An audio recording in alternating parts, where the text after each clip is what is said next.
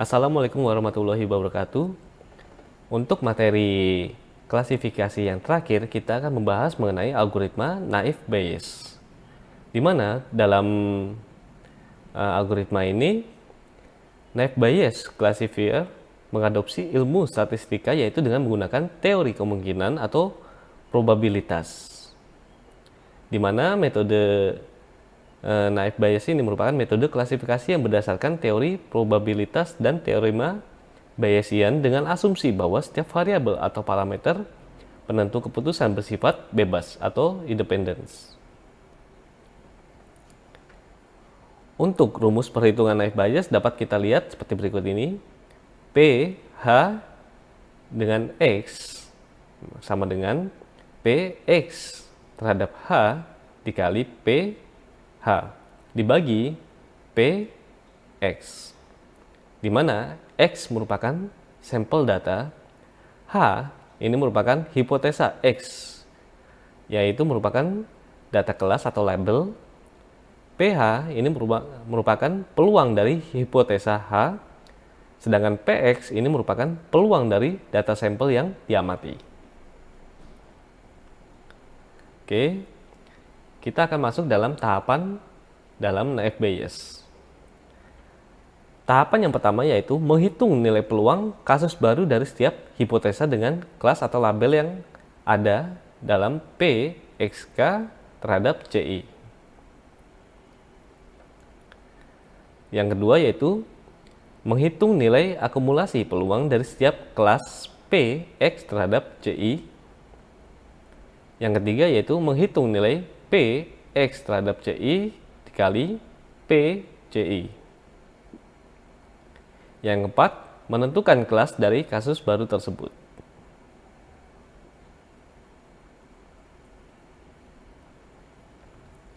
Oke, kita langsung masuk dalam implementasi naive Bayes, di mana terdapat data seperti berikut.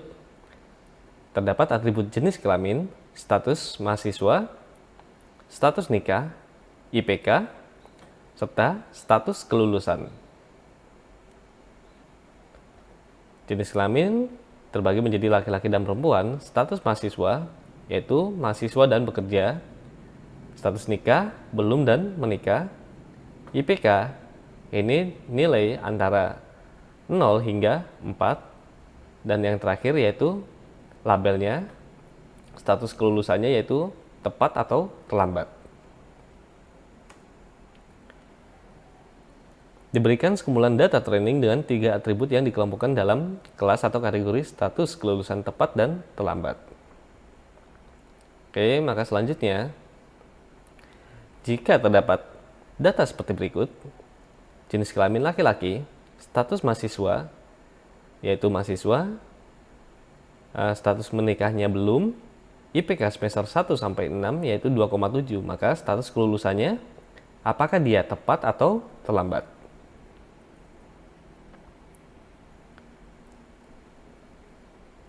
Maka penyelesaian yang pertama yaitu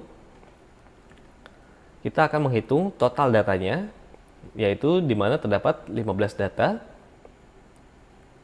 Selanjutnya, jumlah status kelulusan tepat waktu, ini terdapat 8 data.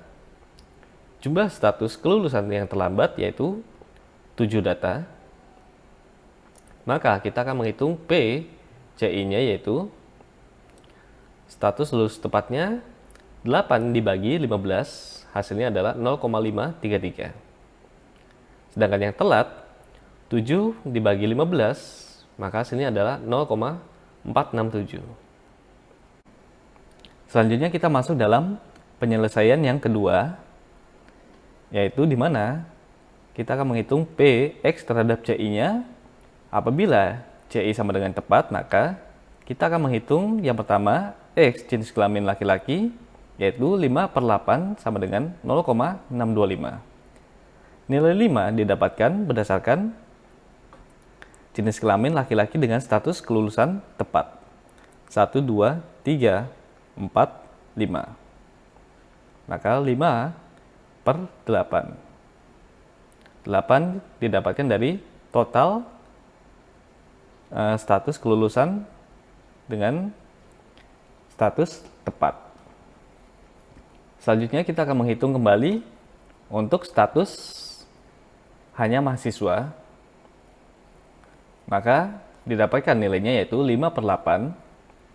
Hasilnya adalah 0,625. Seperti berikut. Selanjutnya, untuk status menikah, apabila belum, maka 4/8. Hasilnya adalah 0,5. Sedangkan yang IPK dengan nilai 2,7, maka hasilnya 0/8. Hasilnya adalah 0.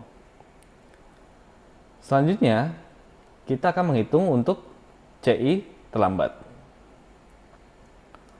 Untuk jenis kelamin laki-laki dengan status kelulusan terlambat yaitu 3/7 sama dengan 0,429. Kemudian untuk status mahasiswa ya sama dengan 3/7 0,429 juga. Status menikah belum, ini terdapat 4 data, maka 4/7 sama dengan 0,571. Dan yang terakhir IPK 2,7, ini didapatkan 1/7 sama dengan 0,143. Selanjutnya kita masuk dalam penyelesaian yang ketiga. Maka kita hitung kembali untuk CI tepat, hasilnya adalah seperti berikut. P X total untuk status tepat 0,625 dikalikan 0,625 dikalikan 0,5 dikalikan 0. Maka hasilnya adalah 0. Sedangkan untuk yang status terlambat, maka hasilnya adalah 0,015 berdasarkan hasil perkalian dari nilai yang telah didapatkan. Maka penyelesaian yang keempat yaitu P X total untuk tepat dikalikan P tepat 0,0 dikali 0,533, maka hasilnya adalah 0.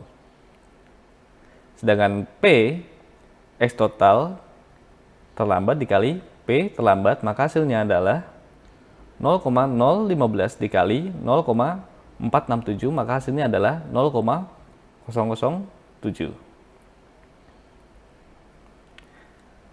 Karena nilai dengan status tepat lebih kecil daripada nilai dengan status terlambat, maka status kelulusan datanya yaitu